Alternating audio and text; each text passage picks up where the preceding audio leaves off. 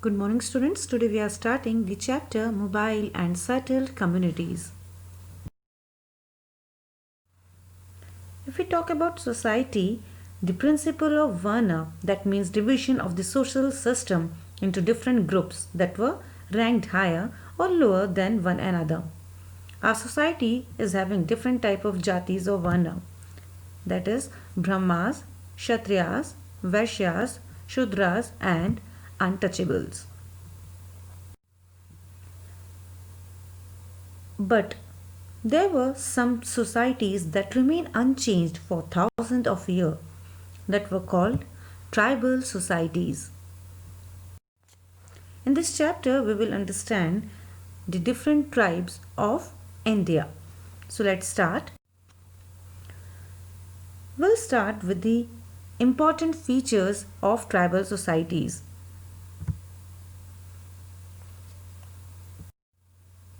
Features of tribal society.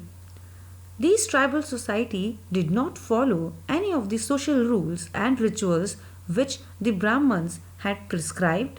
However, they had very rich oral traditions. They were not divided into many unequal classes. Members of the society were united by kinship bonds.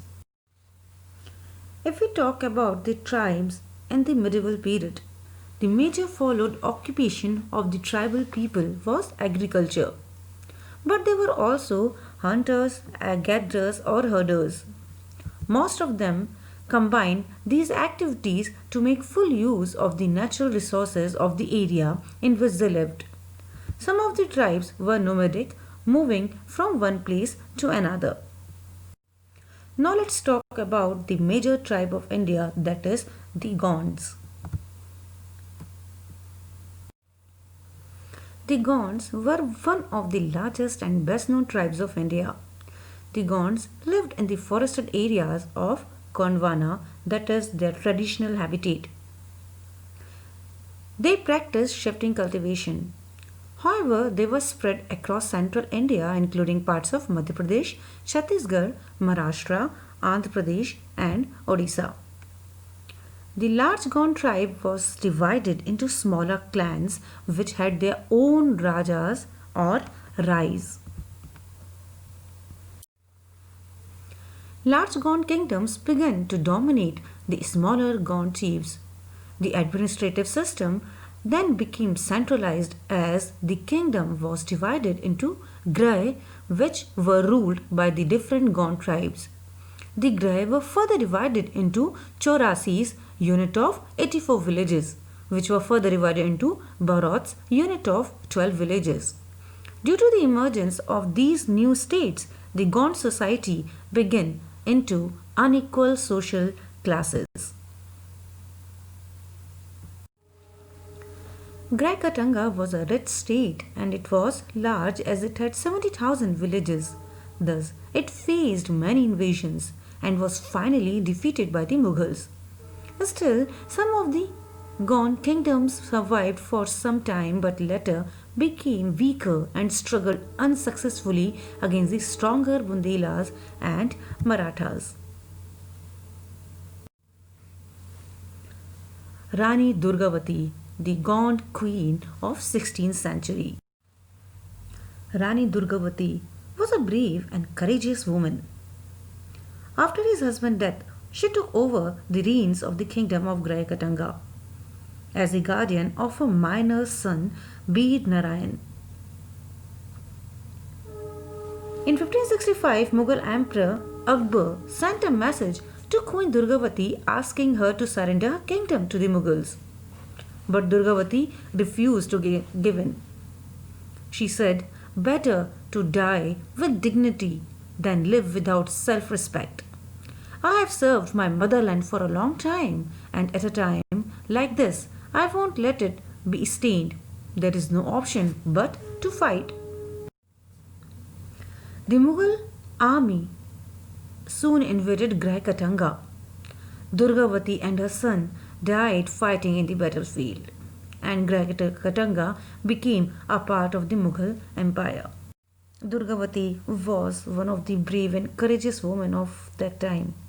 who, instead of surrendering in front of Mughal emperor, decided to fight and lost her life in the battlefield. Now let's talk about Ahom dynasty. The Ahoms were the tribal people who migrated to the Brahmaputra valley from present-day Myanmar in the 13th century. They created a new state by suppressing the older political system of the Bunyas, that is, landlords. Chalung Sukapa, also known as Siu Kafa, was the first Ahom king in the medieval Assam. He was the founder of the Ahom kingdom. In the 13th century, the Ahoms migrated from regions of present-day Myanmar to the Brahmaputra valley. They used new and advanced ammunitions like the firearms even in the 1530s and began to make gunpowder and cannons by 1660s. The Ahom society was divided into clans or khels. There were no caste inequalities. The Ahoms worshipped their tribal gods originally, but during the mid 18th century, Hinduism became predominant religion due to the rule of the Hindu kings. Yet, the Ahoms did not adopt Hinduism completely. In the Ahom kingdoms, various art, literature flourished. Various translation work were carried out from Sanskrit into the local languages. Suhung was the first Hindu ruler who got the title Swarg Narayan. The Ahom kingdoms faced many invasions from the southwestern areas of the Indian subcontinent and were finally defeated by the Mughals in 1662. Now, apart from the Ahoms and Gonds, there were several other tribes that were powerful in different areas of the Indian subcontinents. They were the Khokars, tribes of Punjab, the Langas and Arhuns had been very powerful in several areas in Multan and Sindh. Nagas and Khasas were the tribes of northeast. The Afghans in the northwest were among the most notable tribes group. Mundas and Santals were two other important tribal groups in eastern India. And Kolis were another important tribe. They lived in the Deccan, Karnataka and parts of Gujarat.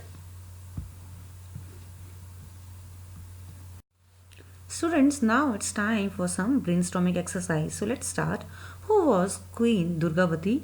Who was the first Ahom ruler? And name some other tribes apart from Ahoms and Gonds. So students, that's all with this chapter. Thank you and have a good day.